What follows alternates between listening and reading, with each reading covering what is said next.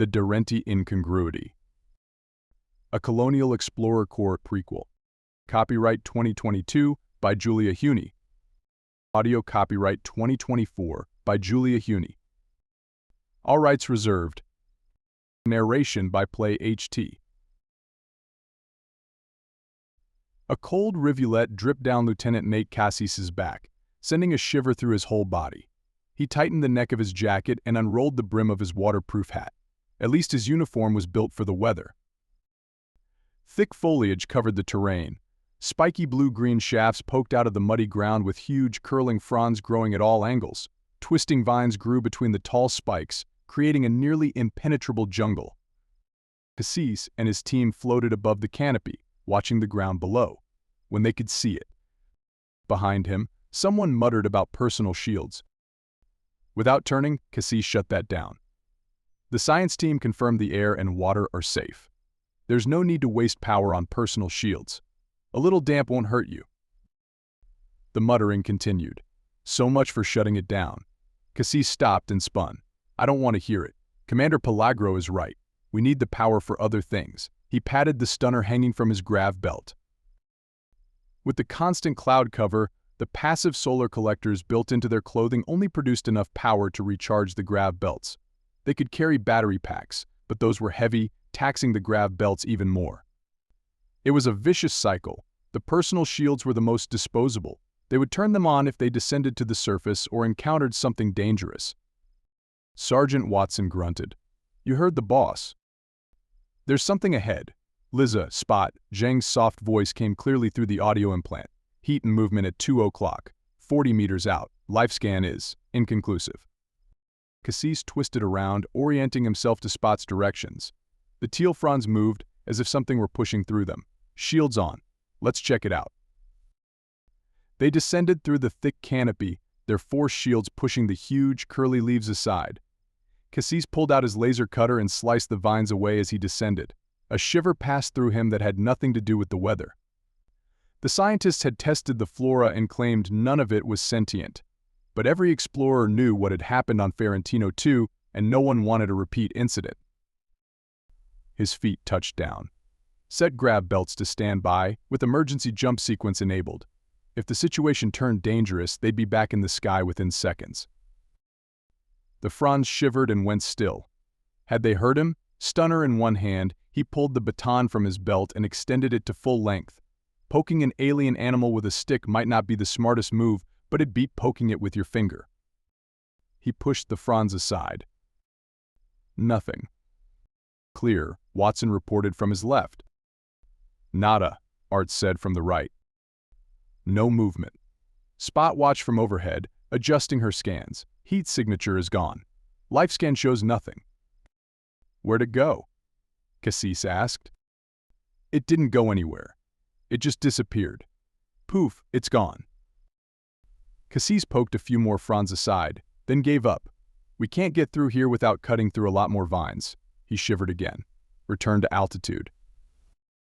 Roger, Watson said. Over the next 4 hours, Spot reported 7 more hits. The heat signatures remained on her holo scan until the team touched down, then they vanished. Base says they haven't seen anything like it, Spot reported. They suspect a malfunction, but my diagnostics show nothing wrong with the equipment. Do they want us to return to base? Arts gazed longingly toward the distant horizon behind them. No, Spot chuckled at Arts's groan. We're to continue toward the hills and establish a secondary base as instructed. Why can't they just fly a shuttle over and drop us off? Arts muttered. We're Phase 1 explorers, dumbass.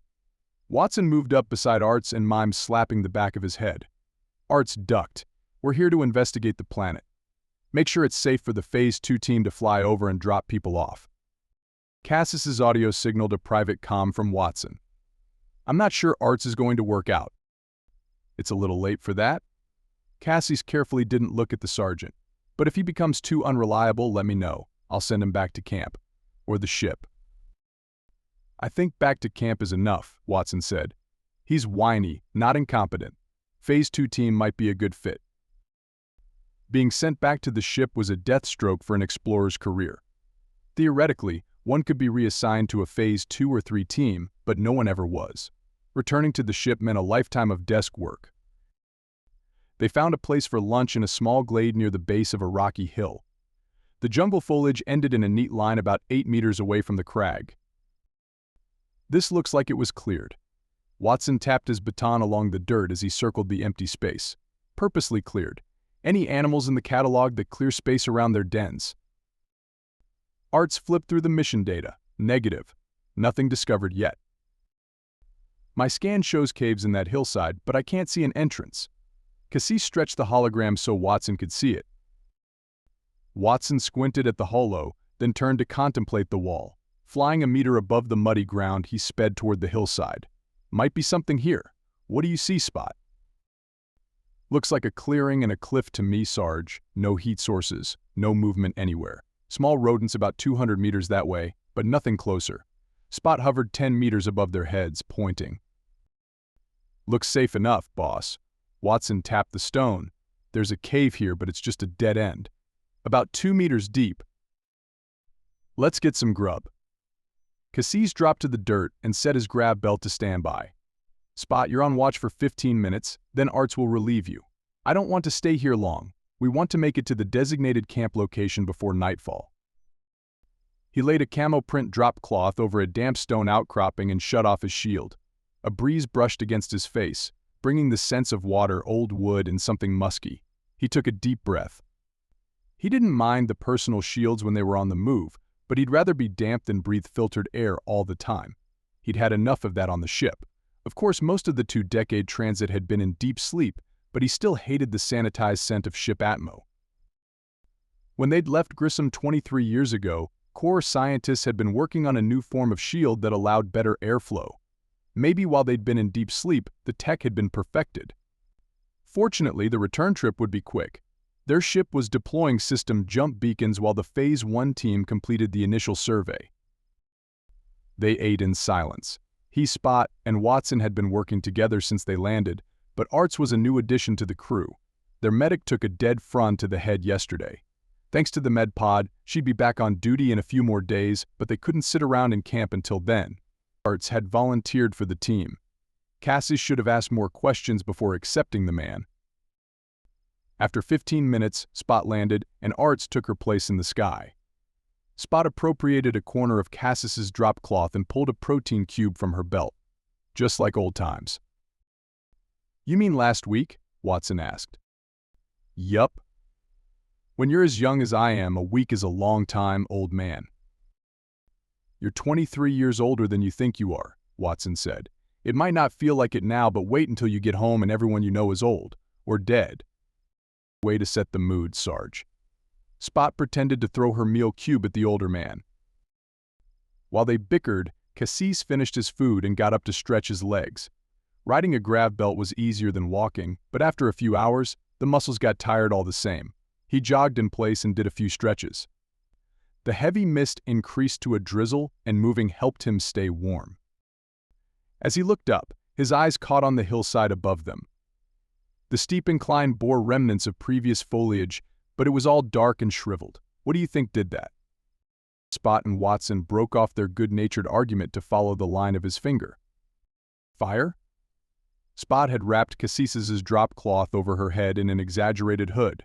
Her face was barely visible beneath the camouflage overhang. Unlikely. Have you tried burning the local plants? They sputter and smoke but don't really burn. Watson scratched his chin. I suppose it could be some kind of poison. I've seen damage like that when a ground hugger puts too much weed killer on a plot.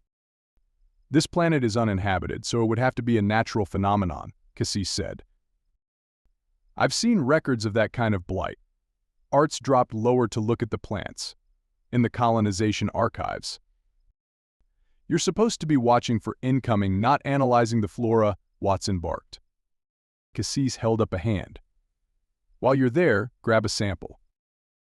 Arts pulled a sample container from his belt pouch, popped it open, then dropped it next to one of the wilted plants. He flicked his holo ring, and the shimmer of his personal shield extended around his body. He dropped to the hillside, his feet digging into the thick mud. His laser cutter made quick work of the plant, and it dropped neatly into the open container.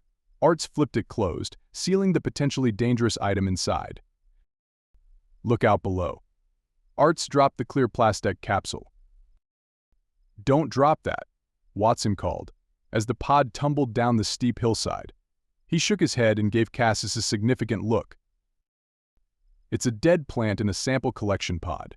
Arts hit the lift button on his grav belt. It's not going to explode or anything. Fark. What's wrong? Watson stood and turned his own shield back on. You have a problem up there. This mud is crazy thick. I sank in up to my knee, and now I can't get my foot loose. Arts cursed and grunted. You need help? A hint of a chuckle underlaid Watson's question. No, I'm fine. Arts sounded angry. The guy took himself way too seriously. I'll give him a few minutes to save face. Watson grimaced at Kassis, or to really dig himself in. Kassis checked his chrono. As soon as he's free, we should get moving again. I want to reach the camp location at least an hour before sunset. Spot folded the drop cloth, shivering as the thickening drizzle hit her exposed neck. She paused to roll the brim of her hat down, then stowed the cloth between two crates on their equipment float. I've got the float tethered, ready to lift on your mark. Might want to turn on your shield, Spot, Watson said. Looks like Arts will be a few minutes. They stood at the base of the hillside as the rain turned to a downpour. Above, Arts cursed and twisted, both his feet encased in mud. Have you tried lifting? Spot demonstrated, rising a few meters from the dirt. Arts froze, then snapped, of course I've tried. It's just, it looks like you're trying to push yourself out of the mud with your other leg, and I've got this. As Arts fiddled with his grav belt, a rumble reached Kassis's ears. What is that sound? Fark. Arts popped out of the mud, tumbling head over heels in the air. Spot barked out a laugh, then clapped a hand over her mouth. Even Watson's lips twitched. Do you hear that? Kassis checked his holo ring. The rumble grew louder. The ground isn't shaking, but it sounds like. Watch out, Arts yelled. Kassis glanced up to see the med tech diving at them, and right behind him, a wall of mud. Lift off. Kassis slammed a hand on his grav belt's emergency jump activator. Arts veered away, but the mud hit Kassis squarely, knocking the air out of his lungs. Darkness covered him, the heavy dirt pressing against his shield, encasing him. Someone screamed. It might have been him. The mudslide thundered around him. Unseen debris slammed into him. He pulled his arms and legs tight to his body, closed his eyes, and let the hillside push him. With a thud, Kassis hit the ground and lay still. He opened his eyes, but total black met his gaze. He tried moving his body. His limbs seemed to be free. When he flicked his holo ring, the glow was nearly invisible. He raised his hand to his face and realized he was looking through a screen of mud. He scraped the sludge from his shield. That thing had saved his life. Maybe Arts was right about using them. Once he'd cleared the mud from his face, his holo ring shone as bright as usual. After taking a quick personal inventory, he sat up. No broken bones this time, although there'd be a number of substantial bruises. He turned up the light on his ring and breathed a sigh of relief. No blood, so he was damaged but not broken. The rudimentary medical monitoring of his holo ring showed no internal injuries. He'd landed on a pile of mud in a cave. Rough, rocky walls surrounded him on all sides, with a slick, muddy circle above. Water dripped, and a huge blot of mud fell on his face as he gazed upward. Yuck. He wiped his shield clean again and scooted to the side in case more decided to drop. The cavern was low, 1 meter to 1.5 meters, and more a tunnel than a cave. The slick circle must be a now-blocked entrance. He pulled a light from his belt and set the focus to a narrow beam. The cavern extended several meters ahead. Then it seemed to curve or perhaps end. He twisted around to look behind. The light disappeared into the distance. He flicked his comm controls. The holo lit up yellow, indicating no connection. He tried calling anyway. Watson, Arts, Spot, are you out there? Surely Arts had gotten away, but had the others escaped the mudslide? He repeated his call several times but got no reply. He tried other frequencies. Nothing. He set the ring to record. This is Lieutenant Kassis. My team has been caught in a mudslide at these coordinates. I was swept away, and I believe Sergeant Watson and Explorer Zhang may have been caught in the slide as well. Explorer Arts may have evaded the slide. I will attempt to find an exit from this cavern. But Watson and Zhang may need rescue. He set it to a repeat send on the mission-wide emergency frequency, then flicked the audio off. If anyone heard it, they'd reply, and his audio would ping. Now what? Should he try to dig through the mud? It might be only a few centimeters thick, although that seemed unlikely. Or something might have blocked the hole, which would explain why there wasn't more mud in the tunnel. All in all, he'd gotten very lucky. He could be buried beneath the whole hillside, or smashed under a boulder. Maybe I am. The words echoed weirdly around him. He pulled the laser cutter from his belt pouch. No need to deactivate the shield, the laser would cut through it and the shield would form around it. He set it to medium power, pointed the blade at the mud above him, and pressed cut. Nothing happened. He punched the buttons on the device, but the lights were off. Great, the thing must have been damaged in his fall. The flexible shield had probably kept it from being ripped away in the surge of mud, but he'd taken a couple of stiff blows during the tumble. He shook the thing, but that didn't help. With a growl of frustration, he put the laser back in its holster and pulled out the baton. A flick of his wrist extended it to full length, and he mashed the button to make it rigid. He pressed the end up into the mud. It went in 15 or 20 centimeters, then stopped. He moved to a new spot and tried again. This time, the baton only penetrated 10 centimeters. After a few more attempts, he put it away. Clearly, something solid had landed over this hole. A huge clot of mud splatted to the floor. He shone the light at the hole, but the sludge moved together and sealed itself in a weirdly viscous slab. He poked at both the mud overhead and the pile on which he'd landed. Non-Newtonian fluid? He made a note in his personal log. It didn't explain the impenetrable ceiling, but the science nerds back at camp would love it. He scraped a small sample into a capsule and shoved it into his belt pouch. Time to explore the other options. The only question was which direction. His positioning app wouldn't connect to the satellites. Probably too much rock or dirt over his head. His analog compass spun in circles. Something magnetic in the stone? I guess it's dealer's choice. He moved in a crouching walk so he wouldn't bang his head, his light reflecting off the damp walls. The tunnel made a sharp turn but narrowed considerably after that. Spot might get through there, but I'd lose some skin for sure. He turned around and crawled back to his entrance point. He should probably leave a marker of some kind, in case the cave branched off later. He affixed one of the tiny core markers to the wall about a meter from the ground. It could be read by any core positioning app, and its ID would tell the finder who had placed it and when. He recorded a brief message to the tiny memory module, detailing his direction of travel. When he'd finished, he crawled away into the darkness. His knees and palms ached from the crawling.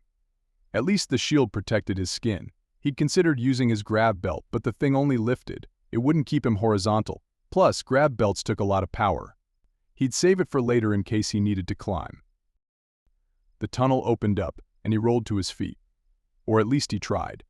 His muscles had stiffened, and the ache in his back made him feel all those decades of deep sleep. He grunted, stretching his spine and legs. If he kept his head bent over, he could walk upright. Not comfortable, but better than crawling. He checked his comms for the 900th time, but nothing had changed. No signal, no indication anyone had heard his messages. He sipped from his water pack and considered his options. There weren't any, or at least they weren't very good. He could keep going, or he could wait. If he waited, he'd probably die waiting, so moving seemed a more reasonable response. He slid the water pack straw back into his collar and went on. Ahead, something rustled. It was the first movement he'd heard since he landed here, aside from his own. He held his breath and listened, but silence pressed against his ears. Shining the light ahead, he continued. The tunnel floor seemed to be curving upward. Maybe he'd find an exit. There had been no branches off this tunnel, just a single long tube. His geology professor at the academy had told them about lava tubes, but there were no volcanoes, dormant or otherwise, in this part of the planet. Another rustling sound stopped him cold. That was definitely movement. He eased the stunner from his belt, aiming it ahead. The light shone on the rock, reflecting off flecks of minerals. The stone was dry here. He suddenly realized the dampness had disappeared some time ago. It felt warmer, too. He touched the rock. The shield pressed against the stone, and his thermal app showed a temperature increase. In fact, it was warmer down here than it had been in the clearing at lunchtime. The stone moved. His heart stopped for a fraction of a second, then pounded on in double time. Kassis raised his weapon, pointing it at the rock. He tried to remember if the stunner would do anything to stone. He probably should have used the blaster. He slammed the stunner back into its holster and pulled the blaster from its case on his back. Nothing happened. What had he been expecting? That the stone would attack him? How ridiculous was that? On Ferentino 2, the plants were sentient. The little voice in his head said, "Maybe the stones are here." "Oh, shut up," he whispered to himself. "Oh, shut up," a soft voice said back to him. "Fark, who's there? Origani, is that you?" Ensign Origani loved to prank people. This was exactly the kind of thing he'd do. Find out Kassis was lost in a cave, then try to scare him. "Fark, who's there? Origani, is that you?" The voice said, "Very funny, Origani. Come out now." While the voice mimicked him, Kassis ran forward and grabbed at the stone that had moved. His fingers stubbed against solid rock. "Ow! Ow!" the voice repeated from behind. Kassis spun. His light slashed across the tunnel wall, reflected in 3 huge eyes, and flashed on more wall. Kassis snapped the light back to the eyes, but they were gone. He took a step back. Okay then, apparently the walls had eyes and voices. He cleared his throat. "Who are you?" "Who are you?" The eyes blinked open, then squinted. "Oh, sorry, too bright. You live in the dark, right?" He dialed the light back to minimum setting but never took his eyes off the section of wall. At least it wasn't attacking. Yet. He stepped back, stumbling into the surface behind him. Or maybe that was another creature? He snapped upright and banged his head on the ceiling. Oh, he ignored the echo, his brain whirling through possibilities. This could be an animal of some kind. Maybe it looked like rock as a defense mechanism. Plus, lots of animals mimicked. Those rodents on Sally Ride could copy other animals, human voices, even electronic sounds. And this one was obviously mimicking, not speaking to him. The real question was, is it dangerous? It had never seen a human before. No one on the Phase 1 team had been to this quadrant until now, and the light was probably keeping it subdued. If it evolved in the darkness, his lamp might be the only weapon he needed. But the eyes looked normal, almost human. He shivered and his heart rate ratcheted up. He moved toward the wall, and it slid away from him. Pulling out his baton, he took another step. A flick of his wrist popped the device to mid-length. His indrawn breath echoed through the chamber, and the walls around him melted back. He shone the light around, swinging the baton in his other hand. The beam reflected off eyes. Tens, hundreds of them. As the light hit them, they shrank away.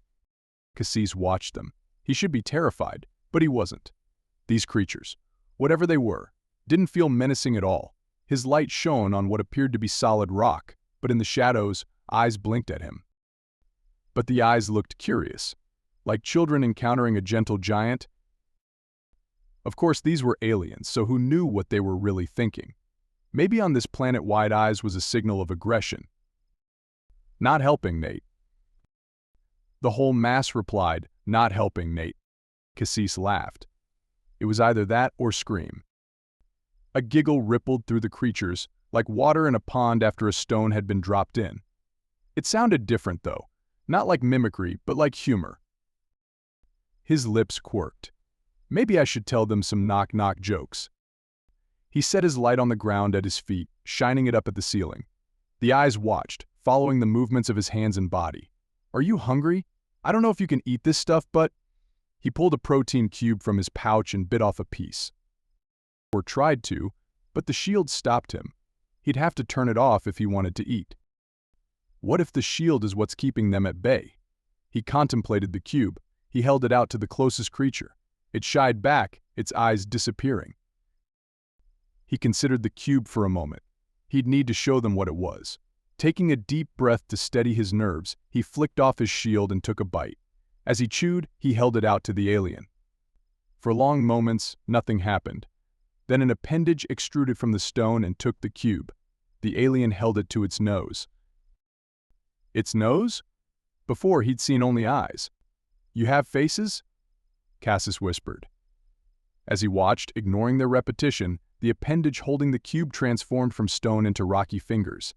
The rough exterior smoothed into skin, and it became a hand sticking out of a dark sleeve, just like his uniform. The alien nibbled on the cube, then passed it to the next creature. "You might not want to do that. I'm not sure how it will affect you. Probably should have thought of that before you handed it to him, dumbass." The spoken words echoed back to him, repeated by dozens of creatures.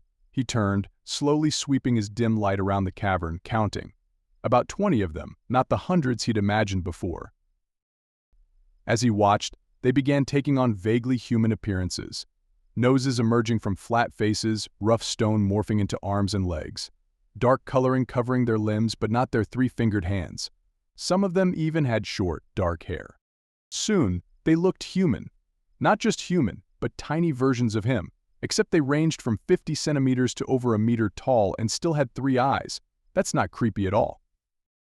Not creepy. A shorter one glided forward. Kassis took a step back. The creature's eyes darted around his body, watching him move. It moved forward again, and this time, the legs worked properly. "You are really creeping me out. Are you going to grow to full size, kill me, and sneak onto my ship in my place?" He'd seen way too many horror movies, he hoped. "Not creepy," the being said. "Do you understand me, or are you just mimicking?" Kassis stepped back again. "Understand?" The word lifted on the end like a question. He didn't know if these beings were sapient, but making that determination was way beyond his pay grade. "Look, I'm not really the person you want to talk to. If that's what you want, we have a first contact specialist on the team. She's back at the camp. I can take you to her if we can get out of this cavern." The mini Nate stepped closer and reached out. Kassis flinched back, and the creature stopped.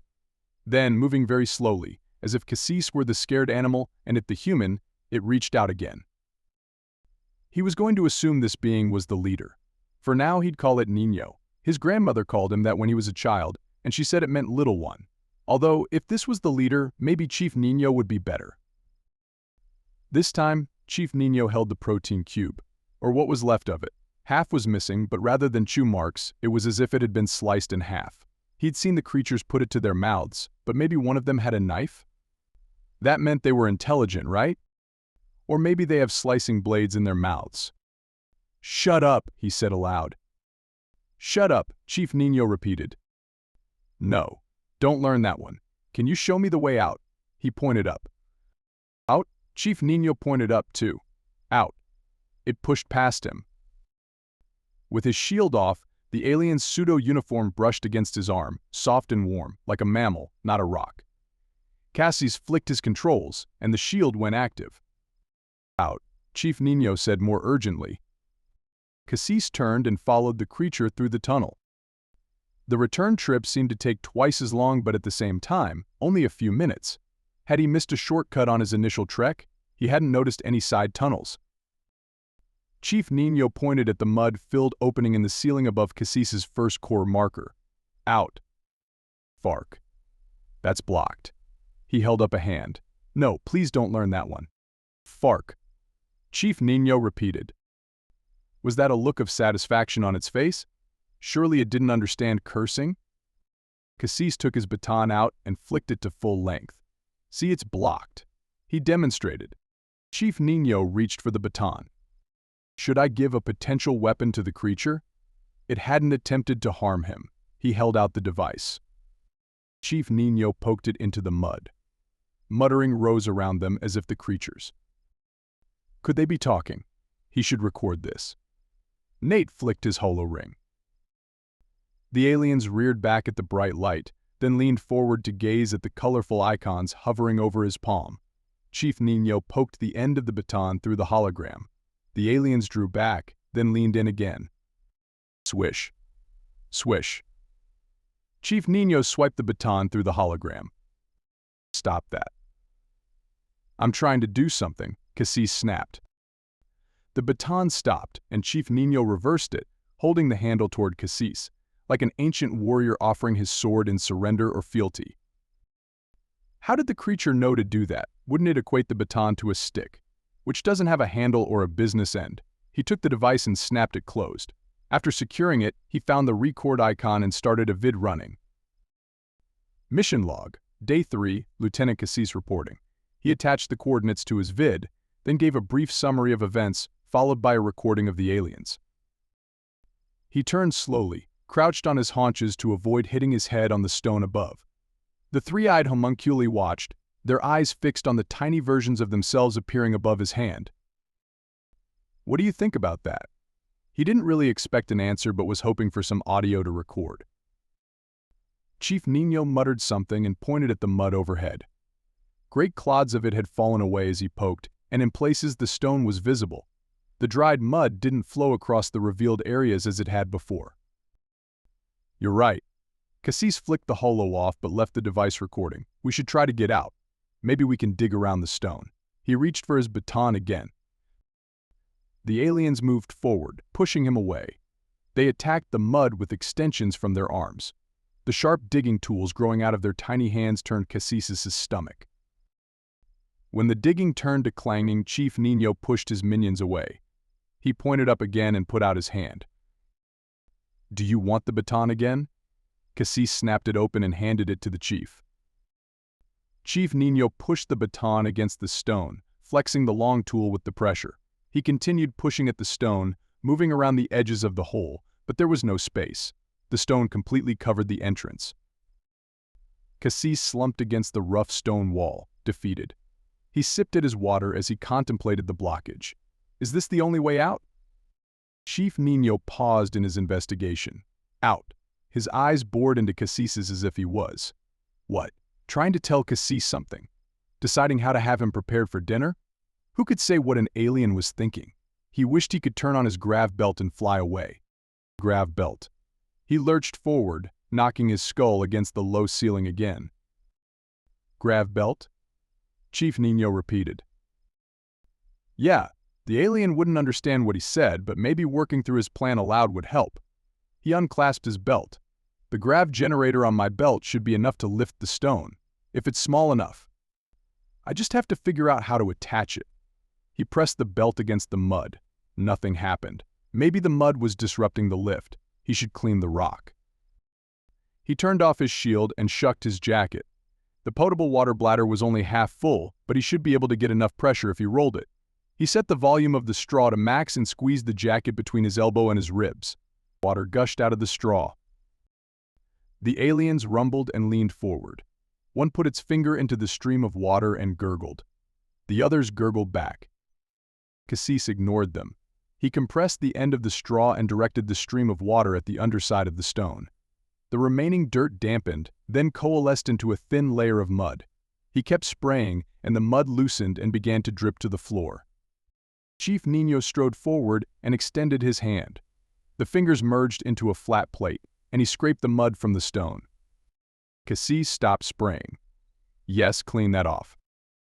Other aliens joined in, flinging splatters of mud across the tunnel at each other. They chortled, and laughter bubbled up in Kassis in response. A glob of cold mud hit him in the face, cutting his laughter off like a knife. He wiped it away and reactivated his shield. No need to return to camp looking like a refugee. That's probably good enough. He slid his jacket on, then deactivated the shield so the coat would be inside. He reactivated it and picked up the grav belt. Chief Nino had converted his scraping blade to a feather-like extension. He wiped the stone dry, then stepped back, burbling at Kassis. They make and use tools. Does that make them sapient? He pressed the belt's grav generator against the stone. The ends of the belt flopped loose, and hands extended to hold it in place. Thanks. He set the belt to a slow 1-meter lift and flicked the activation button. The stone vibrated, and the belt seemed to lift away from his fingers. It's working. Or maybe he'd let his hand drop. No light shone in around the stone. Did that mean there was too much mud pressing down, or that it was already dark outside, or that it hadn't moved at all? He didn't think that much time had passed, and he didn't want to take his eyes off the belt. If the stone slipped, it could crush someone. move away from the opening. Keeping one hand against the belt, he waved the aliens back. They rumbled and gurgled, pressing closer against his sides. No, you have to move back. He tried to indicate the stone falling from the sky, but with only one hand it was useless. This thing could fall and kill someone. The aliens swirled around him, jostling against his legs. He gave up, focusing on the belt over his head and the rim of the exit, which had elongated weirdly. It was as if the edges of the opening were stretching. The mud. It's like goo. Poke through that. He suited actions to his words, pointing with his free hand at the thick membrane like mud. One of the aliens stretched his arm and pushed a pointed extension through the layer of mud. It popped, dropping a ribbon of sludge on everyone gathered below. Sunlight streamed in around the rock. The creatures rumbled and burbled, then someone hurled a clod of mud. Kassis ignored the sludge-slinging aliens, straightening from his crouch as the boulder rose above his head. I really didn't think this through. What's my endgame? The boulder continued to rise, pausing a meter above the ground. Kassis stood in the hole, his head and shoulders above ground level, his legs and torso in the middle of an underground mud fight. Around the hold, vast slicks of mud stretched for meters. Broken fronds, covered in goo, littered the landscape, and broken plant spears stuck up at odd angles. A comm signal came through. "Lieutenant Kassis, is that you? Are you injured?" Spot. "I'm fine. What about you and the others?" "Watson and I are battered but alive. Arts escaped clean and free. He called back to camp while we searched for you. They're sending an SRT. No need for search and rescue. I'm fine. I could use a little help with a boulder. But more importantly, I need the first contact specialist." There was no response. "Spot, are you still there?" "Lieutenant, did you say you want the first contact specialist? You think you found aliens?" "I know, I found aliens, and they're intelligent, and a little creepy. I'll contact the base." Her voice dropped, "and tell them to send a med team." "I didn't hit my head." He rubbed the tender spot where he had, in fact, bumped his head. "But not that hard." "Oops, you weren't supposed to hear that, sir. If you call the med team, I'll recommend you for remedial comms training. Spot, I'm fine, and I really did encounter intelligent aliens." As if they'd suddenly realized the stone had been moved. Or maybe they'd run out of mud to throw. The creatures swarmed out of the hole on all sides. Kassis squinted into the darkness around his feet. The aliens seemed to stretch until they were tall enough to grasp the lip of the opening, then snapped back to their normal size and thickness as they climbed out. Once most of them had exited the cavern, Chief Nino garbled something. The aliens gathered around the muddy entrance and reached up to touch the boulder. Arms and legs elongated until a wall of small bodies encircled him. They shifted, pushing the boulder from hand to hand. As it moved away from him, more of the aliens gathered in its path, taking the stone from their peers. Kassis stood in the hole, staring at the boulder that now hovered a meter above the muddy flat. "Now what? How am I going to get my grav belt back?" Spot asked. "Where is it, sir?" "Holding a 3-ton boulder above a mud slick. I used it to lift. Just come and see." When Watson, Spot, and Arts came into view, the aliens seemed to melt into the sticky ground, leaving the boulder hovering above the empty mud slick. "Did you see that?" Kassis pointed out the blobs of mud laying on the smooth slide as his team landed. They liquefied into the mud. "What are you talking about, sir?" Watson nodded to Arts, who attached a med scan to the lieutenant's arm. "The aliens. They dissolved." "What is that?" Spot's voice cracked and color drained from her face. Kassis followed her gaze and relaxed. "That's Chief Nino. He's the head alien." "It looks like you." Watson pulled out a stunner. "What's going on?" "I think he looks like me because I'm the only human they've seen." As they watched, Chief Nino's face rippled. The nose and chin lengthened, and the hair receded. His body thickened and slouched into a shorter form. Arts dropped the med scan into the mud. "He looks like you, now, Sarge." Kassis picked it up. "He's just trying on shapes, I think." Chief Nino morphed into an imitation of Arts, then Spot. Then individual features changed, flickering from one to another, until he bore something from each of them. Watson's high forehead, Art's pug nose, and Spot's big eyes. The smile still mimicked Kassis's own. "There are more of these?" Watson asked, his voice faint. "Yeah, they're all around." Kassis gestured at the muddy flat. "The mud around here doesn't clump like that. Each of those bumps is an alien." He turned to the chief. "Could you get your guys to move? We need to drop that boulder, and I don't want anyone to get hurt." With a few more gestures and charades, Kassis got the idea across to Chief Nino. The little alien rumbled, and the lumps of mud transformed back into homunculi. They each started out looking like Kassis but quickly transformed into an amalgam of the 4 team members. With a limited set of examples, the aliens all bore a strange resemblance to each other. Kassis used a combination of encouragement and threats to get his team back to business. Once they'd gotten over the aliens, they moved the boulder downhill from the cavern entrance, and Kassis got his grav belt back. "Is there anywhere nearby we can set up camp?" He buckled his belt over his jacket. Chief Nino's body jiggled, and a matching belt appeared around his waist. "That is never not going to be creepy," Spot whispered. Kassis shrugged. "You get used to it." 4 months later, Nate Kassis returned to civilization. He'd stopped telling people about his time in the cave. No one but him had ever seen the Darenti as stone creatures. As the natives came in contact with more members of the exploration team, each of the Darenti had chosen features they observed and created a unique face. It happened so fast, none of the other humans noticed. "Shape-shifting is the stuff of fiction," Commander Pelagro said when he met privately with Kassis.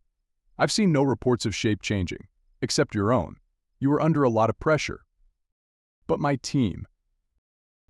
"You were all under a lot of pressure. Liiham looks exactly as he did in the first vid you sent us." Since none of his early vids had been recovered, that was true. Kassis sometimes wondered if Chief Nino, or Liiham as he was properly named, had messed with his recordings, but the Darenti didn't seem to understand technology at all. They also refused to demonstrate their shape-shifting abilities for the other humans. "I'm sending your team home. Promotions and R&R for all of you." Pelagro handed Kassis a new set of rank. "Well, they get R&R, you get a new job. The Corps wants you to do the rounds with the journalists. You're a good-looking young man. We could use some positive publicity. Smile and spin a good yarn. But no shape-changers. That's scary. And classified." "Sir, I'm an explorer, not a public relations guy." "For now, you're PR. Consider it a reward for a job well done. In a few months, you'll be reassigned to a new Phase 1 mission. Congratulations, Major." Kassis did the public relations tour. Talk show hosts referred to him as the Hero of Darenti Four. He'd discovered an intelligent alien race. Kassis tried to demur. He gave credit to the Corps and insisted someone else would have found them if he hadn't. Although in his heart, he wasn't sure that was true. If he hadn't helped them escape from their tunnel, might the outcome of first contact have been different? On the shows, he described getting trapped in the cavern and how he'd used his grav belt to move the boulder and save the tribe. He didn't mention the Darenti's appearance. Every broadcast showed vids of the adorable little homunculi, tiny humans. The interviewer always gushed. "How strange and wonderful that another race evolved to look exactly like us." Following his orders, Kassis nodded in agreement. He hoped the Corps had taken his reports seriously and were investigating their shape-changing abilities. For now, he consoled himself knowing the Darenti weren't allowed off their planet. Corps didn't think they were ready for the larger universe. Kassis wasn't sure the universe was ready for the Darenti. This has been The Darenti Incongruity by Julia Huni. If you enjoyed the story, please subscribe to and like our channel so you'll be notified when we post the next audiobook. Watch for Nate and his daughter Siti in Book 1 of the Colonial Explorer Corps series, The Earth Concurrence. You can get a free copy of the Darenti Incongruity ebook by joining Julia's newsletter. Link in the description. Thanks for listening.